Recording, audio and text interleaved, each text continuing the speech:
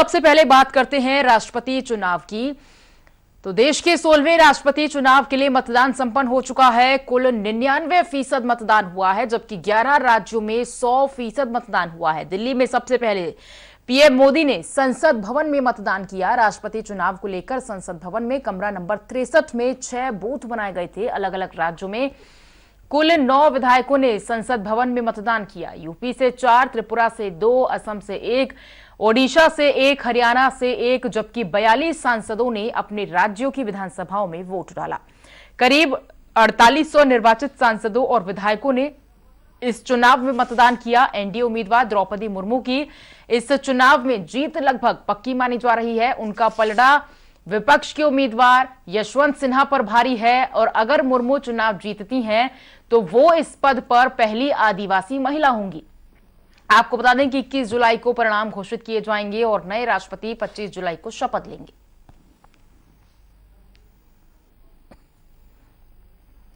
लखनऊ में भी राष्ट्रपति पद के लिए अब मतदान अपने निर्धारित समय सुबह 10 बजे से शुरू हुआ और शाम 5 बजे तक संपन्न हो गया। संसद और राज्यों की विधानसभाओं में भी मतदान संपन्न हो गया। मतदान के लिए सत्ता पक्ष और विपक्ष के सांसद और विधायकों ने अपने अपने मत का प्रयोग किया। मुख्यमंत्री सीएम योगी ने लखनऊ विधानसभा में मतदान किया। आपको बता दें कि राष्ट्रपति चुनाव में एनडीए उम्मीदवार द्रौपदी मुर्मू और विपक्ष के उम्मीदवार यशवंत सिन्हा के बीच मुकाबला है।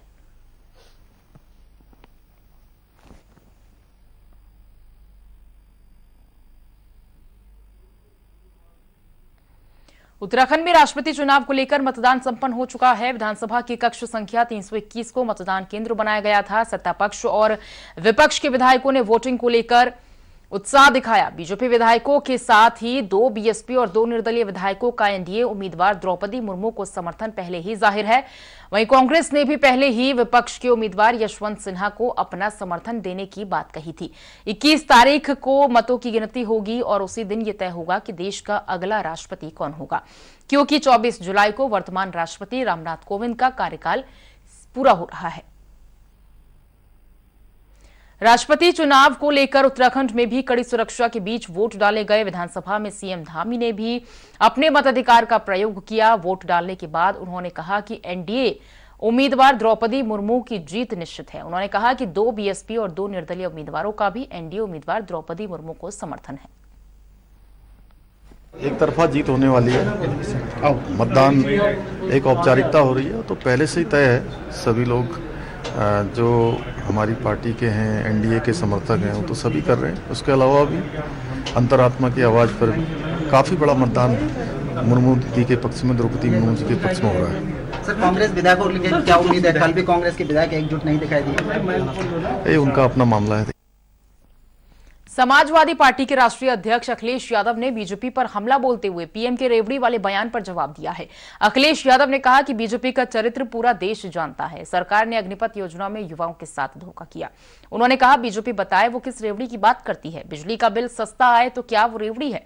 देश में महंगाई और बेरोजगारी बढ़ रही है। राष्ट्रपति चुनाव के लिए मतदान करने के बाद एसपी प्रमुख अखिलेश यादव बोले कि लोकतंत्र को बचाने के लिए विपक्ष ने अपना उम्मीदवार उतारा है। बीजेपी ने लिखवाई है और देखिए बीजेपी की स्ट्रेटेजी साफ है। दिल्ली से इशारा हुआ तो डिप्टी सीएम ने वही न्यूज़ जो पुरानी थी निकाल करके ट्वीट किया और उसके बाद वो सर्कुलेट की गई। समाजवादी पार्टी और नेताजी के बारे में भारतीय जनता पार्टी की समय समय पर भाषा क्या रही है वो छिपा नहीं है। और नेताजी ने कई ऐसे कदम उठाए जहां लोकतंत्र को बचाने का काम किया। उस समय बताओ भारतीय जनता पार्टी की भाषा क्या थी? अभी अभी चुनाव गुजरा है।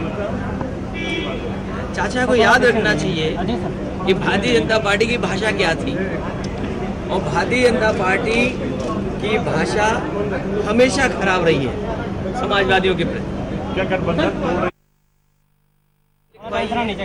और देखिए बीजेपी की स्ट्रेटेजी साफ है।